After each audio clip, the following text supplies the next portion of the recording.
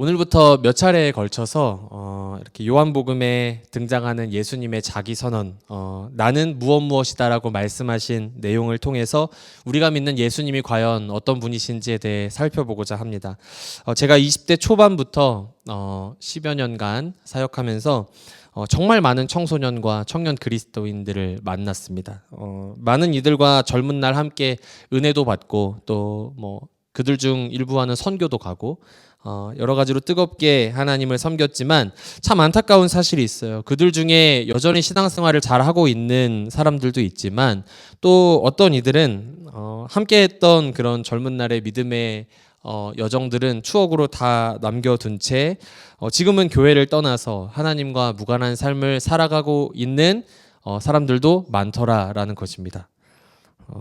살아가다 보면 뜨거웠던 날들은 지나가고 내가 가지고 있는 이 기독교 신앙이 생각보다 내가 이 땅에서 필요한 것들을 얻어내고 또 내가 잘 먹고 잘 사는 일에 도움이 되지 않을 수 있다는 사실을 깨닫게 되는 때가 찾아오는데 그때 믿음이 흔들리고 또 더 이상 그 안에서 내가 이런 기독교 신앙을 유지해야 할 이유를 찾지 못한 채 떠나가는 이들도 있다라는 것이죠. 예수님을 제대로 아는 것이 중요한 이유가 여기에 있습니다. 정말 많은 사람들이요, 긴 시간 열심히 때로는 뜨겁게 신앙생활을 하면서도 생각보다 예수님에 대해 잘 모르는 사람이 많습니다. 심지어 하나님은 나는 잘 믿지만 예수님은 누군지 잘 모르는 사람들도 있고 그렇게 중요하지 않다고 여기는 사람들도 있을 수 있겠습니다만 분명한 것은 무엇이냐 하면 길이요 진리요 생명이 되시는 예수 그리스도를 통하지 않고 하나님을 알 수 있습니까? 없다라는 것이죠. 몇 가지 성경 구절을 소개해드리면 요한일서 2장 23절 말씀에는 아들을 부인하는 자에게는 또한 아버지가 없으되 아들을 시인하는 자에게는 아버지도 있다라고 말씀하셨고 히브리서 1장 2절에는 이 모든 날 마지막에는 아들을 통하여서 우리에게 말씀하신다라고 기록되어 있습니다. 그리고 마태복음 11장 27절 말씀에는 내 아버지께서 모든 것을 내게 주셨으니 아버지 외에는 아들을 아는 자가 없고 또 아들과 아들의 소원대로 계시를 받는 자 외에는 아버지를 아는 자가 없다고 말씀하고요. 그 다음에 요한복음 1장 18절 말씀에는 본래 하나님을 본 사람이 없으되 아버지 품속에 있는 독생하신 하나님이 나타내셨다라고 기록하고 있습니다. 우리가 긴 시간 신앙생활을 하고 또 교회에 나와서 어떤 봉사도 감당하고 주일마다 착실히 어떤 그 예배당에 앉아 있다는 사실이 우리의 구원을 보증해 주는 것이 아니라 구원은 무엇입니까? 하나님께서 계획하신 하기로 작정하신 그 구원을 성자 예수님, 독생자 예수 그리스도께서 이 땅에 오셔서 이루심으로 말미암아 이루어진 것이죠. 그렇기 때문에 우리가 기독교인으로 살아간다는 것은 이 예수 그리스도를 아는 신앙을 갖는다는 것을 의미하고 그 바른 믿음을 세우는 것이 중요하며 그러한 믿음을 세워나가는 이들의 삶에는 그 새로운 생명이 역사하고 진정한 회심과 변화가 일어난다라는 것입니다. 바라기는 말씀을 통해서 이 시간 예수님을 더 깊이 알아가고 우리의 믿음이 이 진리의 말씀 안에 바르게 세워지는 시간이 되기를 소원합니다. 그런 의미에서 이 요한복음 말씀을 묵상하는 일은 우리에게 굉장히 큰 유익을 가져다 주죠. 왜 그러냐 하면 요한복음은 정확하게 하나님의 아들이신 예수 그리스도를 우리에게 소개하고 보여주는 성경이기 때문입니다. 요한복음의 특징을 간단히 말씀드리면 성경의 4개의 복음서 중에 요한복음을 제외한 3개의 복음서가 있지요. 마태, 마가, 누가 복음을 공관복음이라고 하는데 같은 견해에서 또 같은 관점에서 보고 있기 때문에 공관복음이라고 부릅니다. 그러면 이 3개의 복음서와 요한복음은 뭔가 이렇게 분리되는 특징이 있지 않겠습니까? 첫 번째로 공관복음에 나오는 그 사건들 성경에 왜 이렇게 똑같은 사건이 여러 복음서에 많이 나오나 궁금하시죠? 네, 그 사건들과는 겹치지 않는 사건들이 굉장히 많습니다. 공관복음에 등장하는 예수님의 치유 기사들 중에 요한복음에 등장하지 않는 기사들도 많고요. 예를 들면 야이로의 딸과 혈루병 여인을 고치신 일이라든지 거라사 광인을 고치신 일들은 공관복음에는 나오지만 요한복음에는 등장하지 않습니다. 반대로 독특하게 요한복음에서만 기록하고 있는 사건들도 있겠죠. 네, 여러 가지가 있지만 뭐 대표적으로 물을 포도주로 바꾸신 사건이라든지 베데스다에서 38년 된 병자가 고침을 받는 내용이라든지 죽은 나사로가 살아나는 등의 내용들은 요한복음에서만 등장합니다. 두 번째로 공관복음에 등장하는 기적들이 있는데 그것은 이 하나님 나라의 능력을 보여주는 사건들로서 기록되어 있다고 한다면 요한복음에서는요 기적이 등장하긴 하는데 조금 다른 용어를 사용합니다. 그것이 무엇이냐면 표적입니다. 표적이라는 말을 사용하는데 헬라어 세메이온이라고 하는 이 표적은 영어로 이제 사인이에요. 사인. 이 사인은 기적 그 자체가 아니라 무언가를 이 기적을 통해서 상징적으로 가리키고 보여주고 있다는 것을 의미합니다. 그리고 그 표적을 통해서 그럼 무엇을 보여주냐? 예수 그리스도의 신성. 예수님이 단순히 인간으로 오신 분이 아니라 하나님 나라의 주인이신 하나님이시라는 거예요. 그분의 신성을 보여주고 그분이 주인 되시는 나라를 보여주는 것이 바로 이 표적이라고 할 수 있는데 그래서 요한은 의도적으로 완전수인 7을 사용해서 7개의 표적을 선별하여서 이 요한복음에 기록해 두었습니다. 그래서 첫 번째 표적은 우리가 잘 알고 있는 예수님께서 그 혼인잔치에서 물을 포도주로 변화시키신 표적을 통해서 그 하나님 나라를 상징해서 보여주시고 그 예수님이 물과 같은 우리의 인생을 하나님 나라의 놀라운 기쁨으로 바꿀 수 있으신 분임을 보여주고 있는 것이죠. 그리고 그곳에서 드러난 예수 그리스도의 정체성은 마지막 표적인 이 죽은 나사로를 살리시는 표적을 통해서 이 예수님이 정말 이 상한 권세를 이기실 수 있는 분, 그 생명의 주관자가 되시는 메시아시라는 사실을 절정으로 보여주고 있는 것입니다. 그래서 이렇게 7가지의 표적이 등장을 하고요. 또 요한복음에 중요한 주제가 있으니 그것이 바로 무엇이냐면 영광입니다. 뭐라고요? 영광. 네, 영광. 요한복음 1장에서는 태초부터 계셨던 하나님의 말씀이신 그리스도 그분께서 육신이 되어 이 땅 가운데 오셨음을 말씀하고 있는데 요한복음 1장 14절 말씀에 말씀이 육신이 되어 우리 가운데 거하심에 우리가 그의 영광을 보니 아버지의 독생자의 영광이요 은혜와 진리가 충만하더라 라고 말씀하고 있어요. 그분이 이 땅 가운데 오심으로 무엇이 드러났다는 것입니까? 하나님 나라에 그 감추어져 있던 영광이 그분을 통해서 우리에게 드러나 보여졌다는 것이죠.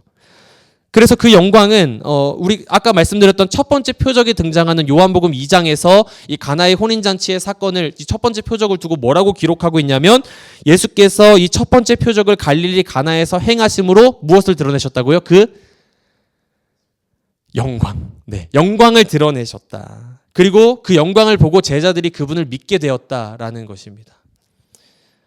그리고 그분의 그 영광은 계속해서 이 요한복음을 통해 선포되고 결국에 그 하나님 나라의 영광이 그리스도를 통해 가장 찬란하게 이루어지는 곳이 어디입니까?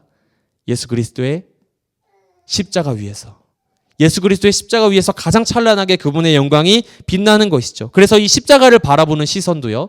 공관복음에서는 예수님의 십자가는 고난과 수치의 자리입니다. 그러나 이 요한복음에서는 예수님이 고난을 받으셨다, 이 수난을 받으셨다라는 표현이 잘 등장하지 않고 내가 이제는 아버지께로 간다.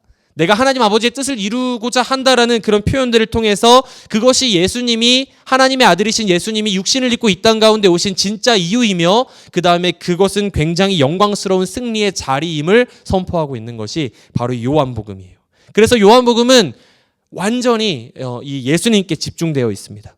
예수님께서 이 구약 성경에서 말씀하고 있는 이 약속들을 성취하신 메시아이심을 보여주고 있고 또 태초부터 계셔서 온 천지를 만드시던 하나님의 말씀, 그 하나님 아버지와 동일하신 분이심을 보여주고 있는 것이죠. 그러한 차원에서 7가지 표적과 더불어서 등장하는 것이 있는데 그것이 바로 예수님의 7가지 자기 선언입니다. 나는 무엇이다 라고 말씀하신 예수님의 자기 선언을 오늘부터 이렇게 한 주에 하나씩 몇 주간에 걸쳐 좀 살펴보기를 원합니다. 예수님께서는 요한복음 안에서 7가지 자기 선언을 하셨어요. 이런 내용들입니다. 나는 오늘 살펴보게 될 생명의 떡이다.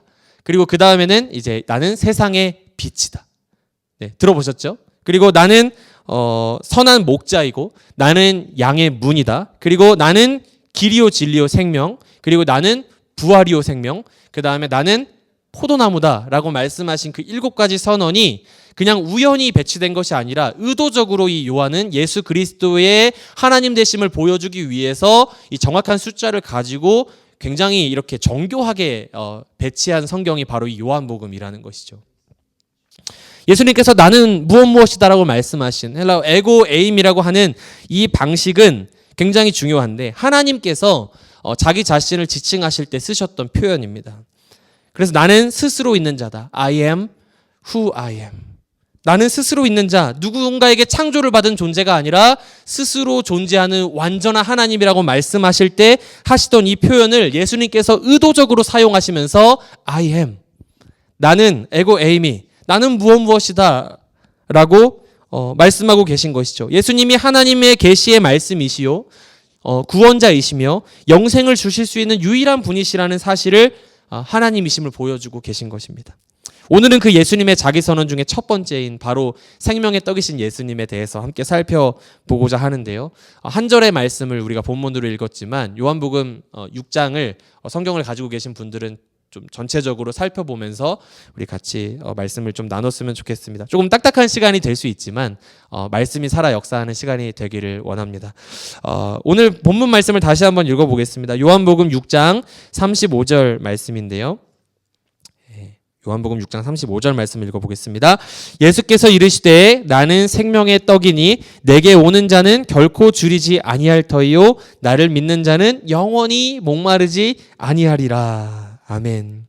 예수님은 자신을 생명의 떡이다라고 말씀하셨습니다. 그런데 이렇게 떡보다는 사실은 이렇게 좀 빵으로 비유하면 좀 맞을 것 같아요. 그것도 그런 것이 영어 성경에서도 예수님은 I am the bread of life라고 말씀하고 계시고 특별히 유대에서도 이 빵이 주식이었기 때문에 우리가 뭔가 좀 와닿을 것 같아요. 당시 사람들에게 있어서 빵은 식사에 있어 굉장히 필수적인 그런 음식이었습니다. 생명을 유지하기 위해서 매일 먹어야 하는 것이 바로 이 빵이었다는 것이죠. 그러니까 예수님이 나는 생명의 떡이다 라고 해서 우리가 뭔가 이렇게 떠오르는 이미지는 뭡니까? 방앗간에서 이렇게 그 떡 만들면 우리가 한 번씩 먹고 싶을 때 이렇게 가서 막 돈 주고 좀 가끔 사 먹으면 너무 맛있고 뭐 그런 걸 생각할 수 있지만 뭐 예수님이 뭐 단순히 우리가 배고플 때 혹은 뭐 필요할 때 찾는 존재다라고 여겨질 수도 있지만 사실 이 빵이라는 것은 그들이 생명을 유지하는 데 있어서 매일매일 먹어야 하는 그런 음식이었다라는 것이죠. 그러니까 예수님이 나는 생명의 빵이다라고 하실 때 이 말씀은 너희가 나를 매일 먹어야 한다. 생명을 유지하기 위해서 나로 인해 살아갈 수 있다라고 하시는 파격적인 선언인 것이죠. 오늘 예수님께서 이 선언을 하시기 직전에 일어난 사건을 살펴볼 필요가 있는데 요한복음 6장 1절부터 등장하는 오병이어의 사건입니다. 예수님께서 보리떡 5개와 물고기 2마리로 수천 명의 사람들을 먹이셨다고 하는 굉장히 유명한 사건이고 이 사건은 아까 말씀드렸던 요한복음에 등장하는 표적 중에 하나이며 특별히 모든 복음서 마태, 마가, 누가, 요한복음에 다 기록되어 있을 만큼 중요한 사건이라고 할 수 있습니다. 그 예수님이 행하신 그 표적으로 인해서 많은 사람들이 놀랐던 것 같습니다. 당시에 이스라엘에 배고프고 가난한 사람들이 많았대요. 그래서 이 사람들이 어떠한 이야기들을 기억하고 또 소망하고 있었냐 보니까 모세 시대에 일어났던 기적 있죠.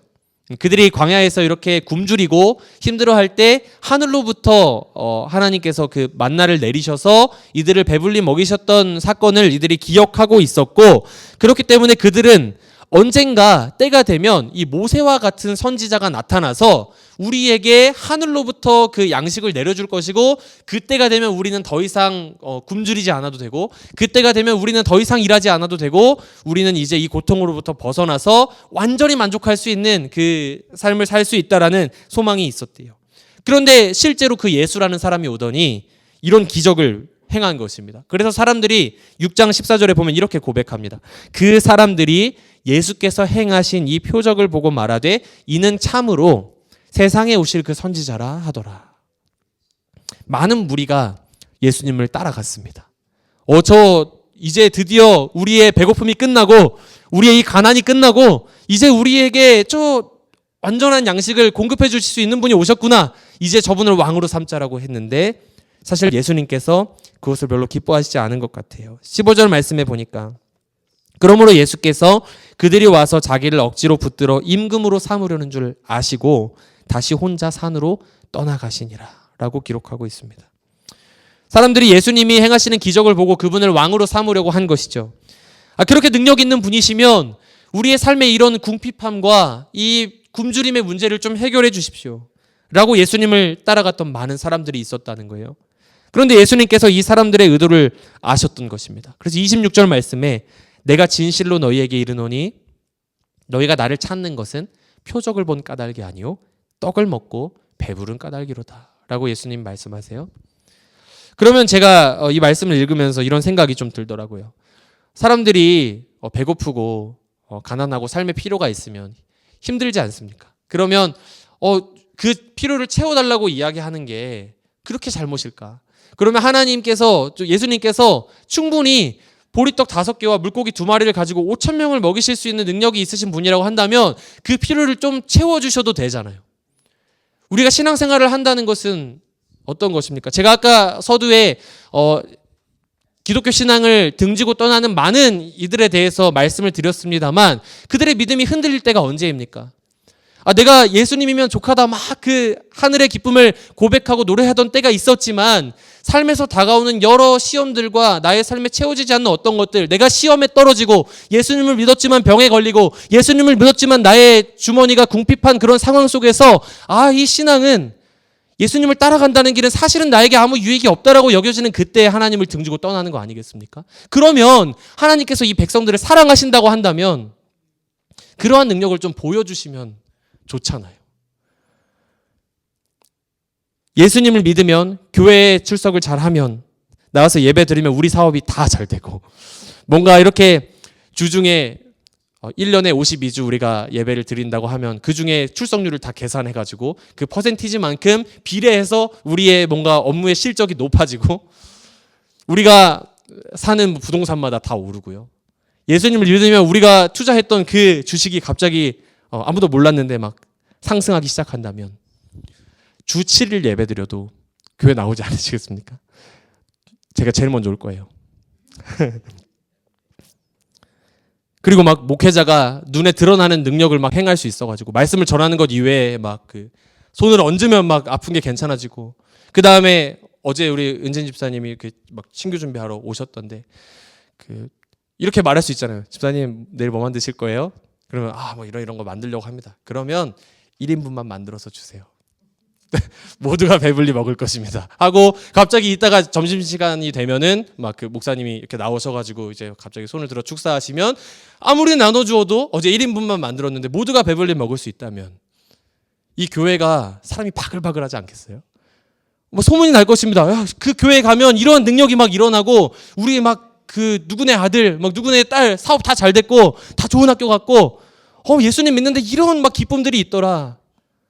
라는 이야기들이 퍼져나가지 않겠습니까? 그런데 그렇게 되면 참 좋겠고 심지어 예수님께서는 우리의 그런 궁핍함과 그런 필요를 아시고 채워주실 수 있는 우리에게 좋은 것 주기를 원하시는 하나님 아버지이심을 우리가 믿습니다. 그러나 예수님께서 오늘 조금 더 중요한 것이 있다. 아니 가장 중요한 것이 있다라고 말씀하고 계신 것이죠.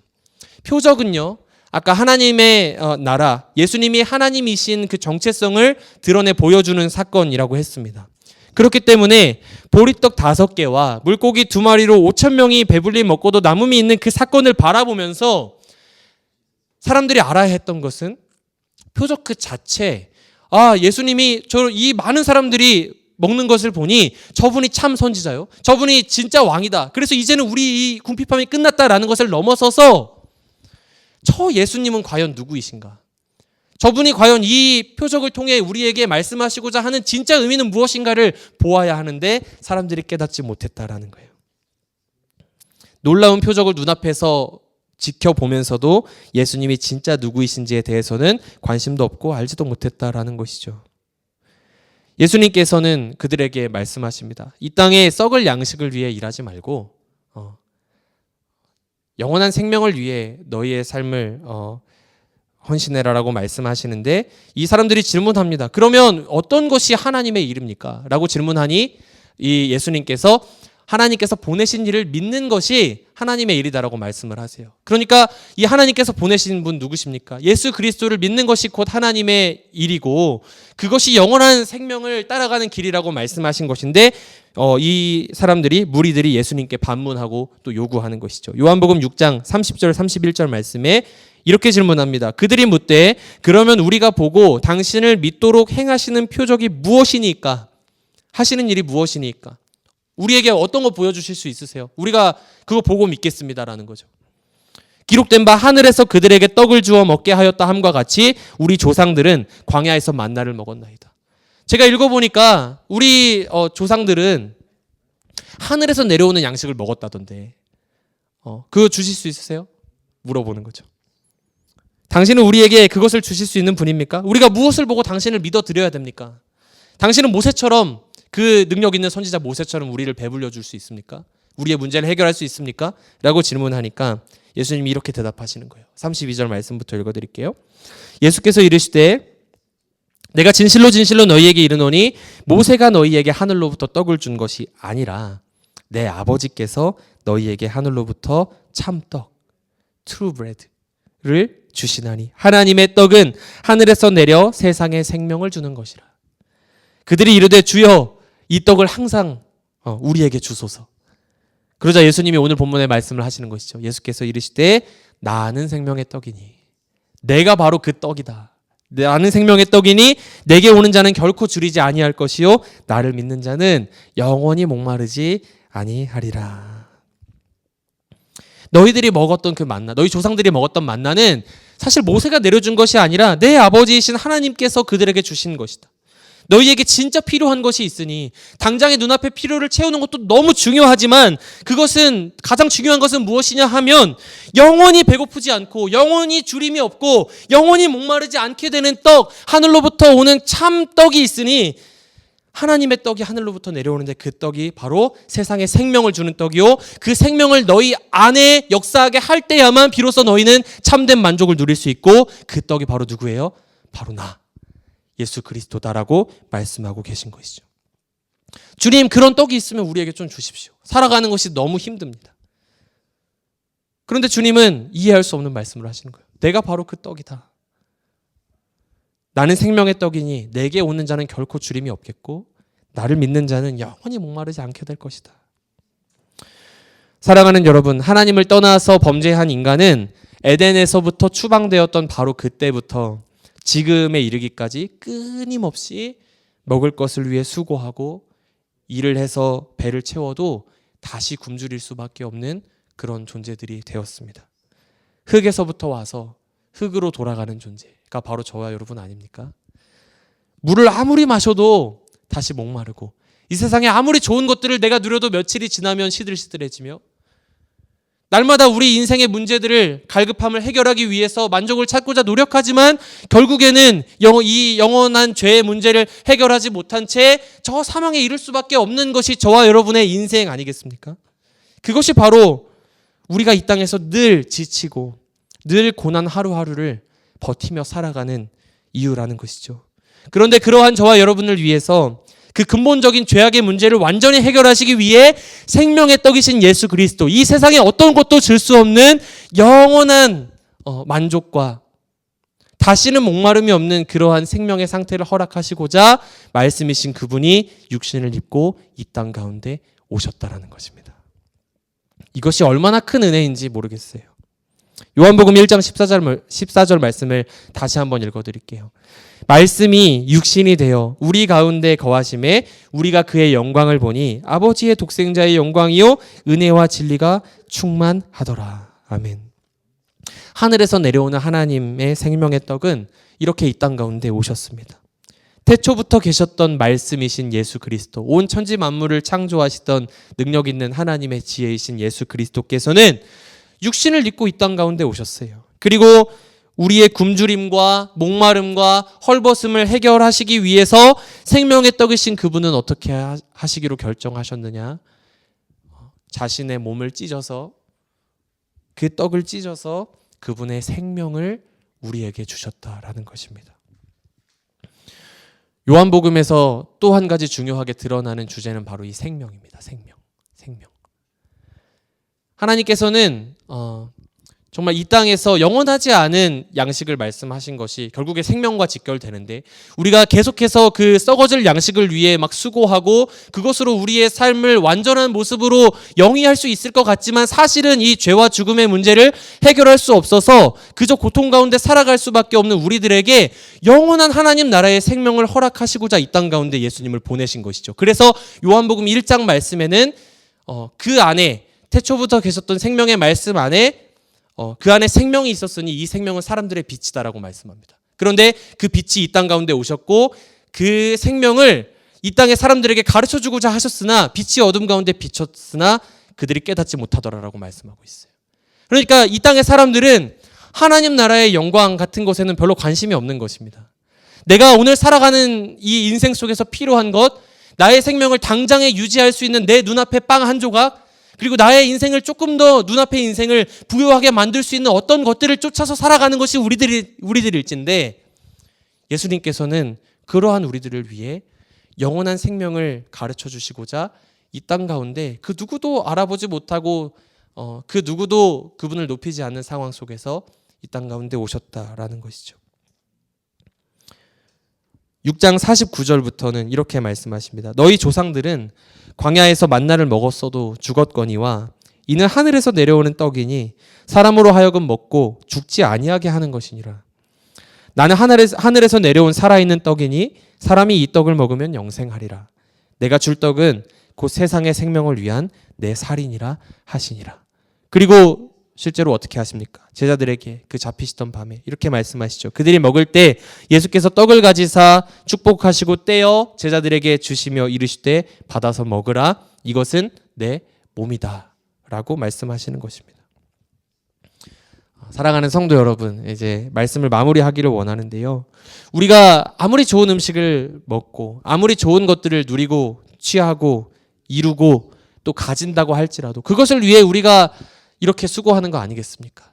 조금 더 나은 삶을 살아보려고, 조금 더 나은 어떤 생명을 유지하기 위해서 끊임없이 고민하고 때로는 누군가를 배반하며 때로는 정말 낙담하면서 살아가는 것이 우리들의 인생 일지인데, 결국에 그 노력 끝에 우리가 이룬 많은 것들이 우리에게 잠깐의 만족을 준다고 할지라도 결국에 우리는 다시 굶주리고 다시 배고프고 다시 공허한 인생을 살아갈 수밖에 없는 존재들이라는 것이죠. 심지어 하늘에서 내리는 만나를 경험했으니 그 이스라엘 백성들이 얼마나 좋았겠습니까? 아, 하나님은 하늘에서 우리에게 이렇게 양식을 주시는 분이시구나.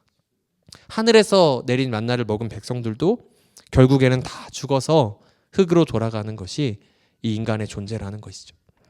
그러나 생명의 떡이신 예수님을 먹는 자들에게는 영원한 생명이 허락되는 은혜가 오늘 저와 여러분에게 주어진 줄 믿습니다. 예수님을 마음에 모시고 그분을 주인으로 모시며 그분과 연합하여서 살아가는 사람, 그 생명의 떡이신 예수님을 먹고 누리며 이제는 내 안에서 나의 소원과 욕망이 나를 다스려가는 인생이 아니라 하나님께서 그 예수 그리스도를 통해 나타내 보여주신 그 영광이 풍성한 그 생명이 나의 안에 살아서 역사하기 시작하는 인생, 그 인생은 이전과 같지 않다라는 것입니다.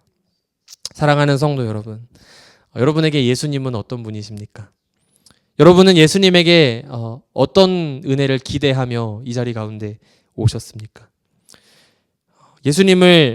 예수님께서 행하시는 기적들을 보고 예수님이 먹게 하신 빵들을 먹으면서 수많은 무리가 예수님을 따랐는데, 이 예수님께서 자신이 생명의 빵이요 나를 먹는 자는 영원한 생명을 얻으리라라는 말씀 앞에 많은 사람들이 떠나갔다라고 성경은 말하고 있어요. 요한복음 6장 66절부터 66절 말씀을 읽어드리면요. 그때부터 그의 제자 중에서 많은 사람이 떠나가고 다시 그와 함께 다니지 아니하더라 라고 말합니다. 우리 삶에 필요한 것들을 공급하시는 예수님은 내가 원합니다. 하지만 나를 위해 몸을 찢어 생명을 버리는 예수님은 난 원하지 않습니다. 나의 삶에 필요한 많은 문제를 해결해 주실 수 있는 예수님을 나는 원합니다. 그러나 저 십자가에 달려서 수치와 고통 가운데 죽어가는 예수님은 나는 원하지 않습니다. 많은 이들이 이 말씀은 어렵도다 하며 떠나간 것이죠. 때로는 우리가 예수님을 믿지만 그리고 그 예수님께서 우리의 삶에 필요한 것들을 공급해 주시는 분이심을 믿습니다. 그것은 너무나 중요한 일이고 우리가 우리에게 좋은 것 주시는 아버지 하나님을 사랑하고 날마다 그분과 동행하기를 힘쓰는 것은 좋은 일입니다. 그러나 때로는 우리가 그 생명의 빵이신 예수님을 매일 먹고 그분의 생명으로 하나님께서 원래 그분을 보내셨던 이유를 내가 질문하고 하나님 그러면 오늘 내가 살아가는 삶은 어떤 의미가 있으며 나는 이 나에게 주어진 생명의 떡인 예수님을 먹은 사람은 어떠한 인생으로 하나님께 영광을 올려드려야 하겠습니까? 라는 질문보다는 나의 삶에 많은 필요한 것들을 공급해 주시거나 혹은 그렇지 않고 침묵하시는 예수님에 대해 집중할 때가 더 많다라는 것이죠. 때로는 우리가 램프의 요정 지니처럼 예수님 저에게 이런 것들이 필요합니다. 주실 수 있죠? 그 정도의 수준으로 생각할 때가 저에게도 있더라라는 거예요. 바라기는 영원한 생명의 떡이 되시는 예수님. 이 말씀을 나누고자 묵상하는데 읽으면 읽을수록 너무 어려웠어요. 그러니까 굉장히 심플한 내용인 것 같으면서도 그분을 먹고 누린다는 것은 그분이 정말 영원한 생명을 나에게 주신다는 것은 어떠한 것일까? 어렵지만 분명한 것은 무엇이냐 하면 그분께서 하나님이시라는 사실과 하나님의 아들이신 예수 그리스도께서는 우리를 사랑하셔서 우리는 본래 하나님을 볼 수 없는 자들이었지만 하나님 나라의 놀라운 영광과 풍성한 기쁨을 유한한 존재인 우리에게 허락하시기 위해 자기 몸을 십자가 위에 찢어 우리에게 나누어 주신 참된 빵, 생명의 떡이시라는 사실을 우리가 기억하기를 원합니다. 우리에게 잠깐 허락되는 많은 즐거움과 유익들이 우리에게 기쁨을 줄 수 있지만 언젠가 사라질 기쁨에 다시 목마르고 굶주리게 될 것입니다. 그러나 생명의 떡이 되시는 예수님께 오늘 이 시간 간절히 구하는 것은 주님, 우리의 삶의 주인이 되어 주십시오. 내가 생명의 떡이신 예수 그리스도를 먹고 그분과 더불어 누림으로 말미암아 영원한 하늘의 복을 누리는 오늘 하루를 살아가는 사람이 되기를 원합니다. 그러한 기쁨을 우리 공동체 안에 날마다 맛보고 서로에게 나누는 일들이 가득해졌으면 좋겠습니다. 우리 예수님을 우리 이후에 다음 주와 또 이어서 예수님의 자기 선언을 살펴보는 가운데 정말 이 하나님의 아들이신 예수님이 우리의 삶의 주인으로 좌정하시고 하나님 나라에 감추어진 놀라운 영광과 기쁨들이 우리의 삶을 사로잡아서 오늘을 살게 하는 귀한 일들이 있기를 주님의 이름으로 축원합니다.